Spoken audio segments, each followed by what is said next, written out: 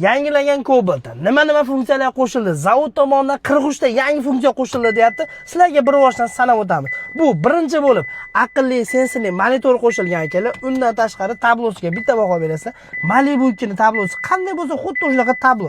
Undan tashqari ko'rib turgandek multi-rol, undan tashqari apshipka bosh plastmassa hamda mana shu yonidagi materiallar polni qoradan qilingan. Yana bitta qulaylik tarafi abagli sideniyalar qo'shilgan.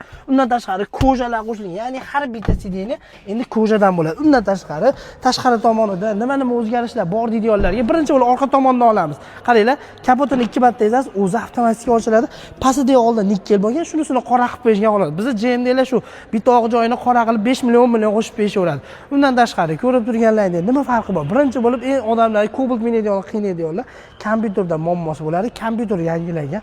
Undan tashqari ABS sistema yangilangan hamda sanoq sistemasi raspredovali yangilangan ekan. Ya'ni endi ABS sistemasida kondisionerda qo'shib turib yoqadigan bo'lsangiz ham tormozni yaxshi jo'raydigandan bo'ladi. Narx-navolari dollarda 13 million 700 so'm, so'mdan 165 million 200 so'm.